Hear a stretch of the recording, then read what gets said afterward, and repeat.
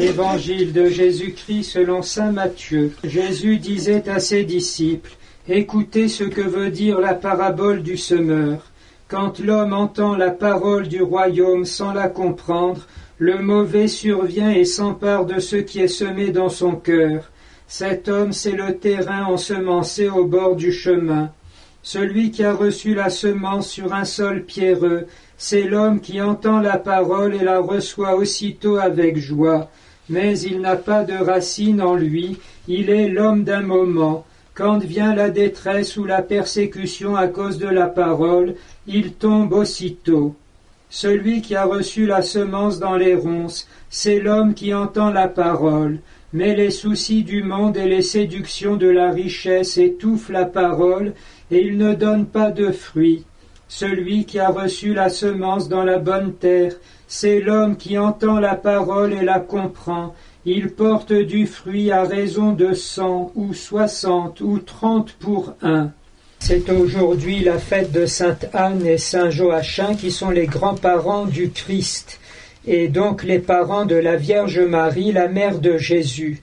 C'est pour nous l'occasion de nous arrêter juste quelques instants sur la grâce de la famille, l'enchaînement des générations, à l'occasion duquel se réalise aussi le plan divin de salut.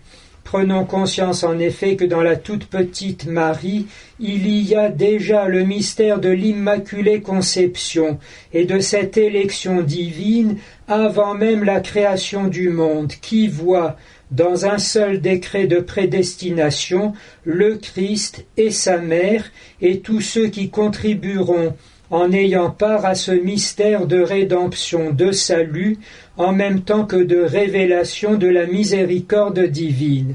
Il en est de même pour nos familles, toute proportion gardée, en nous rappelant cependant que tout ne tient pas seulement à la bonne terre, mais à ce qui est semé dedans. Ici, la parole de Dieu, la grâce, le premier service que nos familles nous rendent en effet sont, après nous donner l'existence et l'éducation qui va avec, le don de la foi en nous présentant au baptême.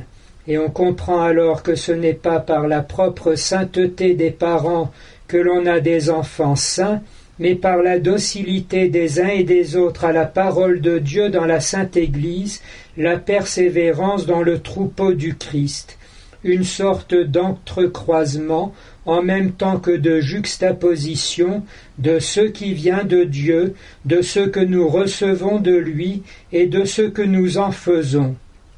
Traditionnellement, pour Sainte Anne et Saint Joachim, on souligne bien sûr leur docilité à la loi de Dieu, ce peuple des petits de l'Ancien Testament, dont fait aussi partie la Vierge Marie, et qui se rendent aptes ainsi dans leur humilité à accueillir le don ineffable de Dieu. Et providentiellement nous avons entendu le décalogue dans la première lecture, les 10 commandements, les paroles qui sont la volonté de Dieu nous indiquant les chemins du salut. On s'est amusé à passer ces 10 commandements au crible de la société actuelle. Comme l'on dit, on a tout faux. Du premier commandement au dernier, aucun n'est honoré, aucun ne sert de balise dans nos sociétés, et c'est pourquoi, devenues totalement étrangères à Dieu, elles sont aussi complètement inhumaines. Le premier commandement, il y a un seul Dieu, auquel répond chez nous laïcisme et laïcité. Le quatrième, tu honoreras ton père et ta mère, auquel répond chez nous un brouillage absolu de tous les codes les plus simples de l'existence et de la vie. Et ainsi de suite, sans parler du mensonge qui s'étale à longueur de médias et tout ce qui va. Comme le disait l'un des Homènes, nous sommes la génération de l'adultère en publicité dans le métro et tout à l'avenant. Allons-nous nous décourager? Non.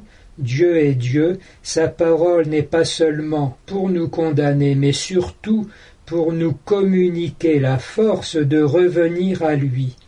Il n'y a rien qui puisse nous empêcher de redémarrer à partir de nous-mêmes et de nos familles, et c'est même ce qui fonde l'espérance du Saint-Père, en particulier auprès de la nouvelle génération.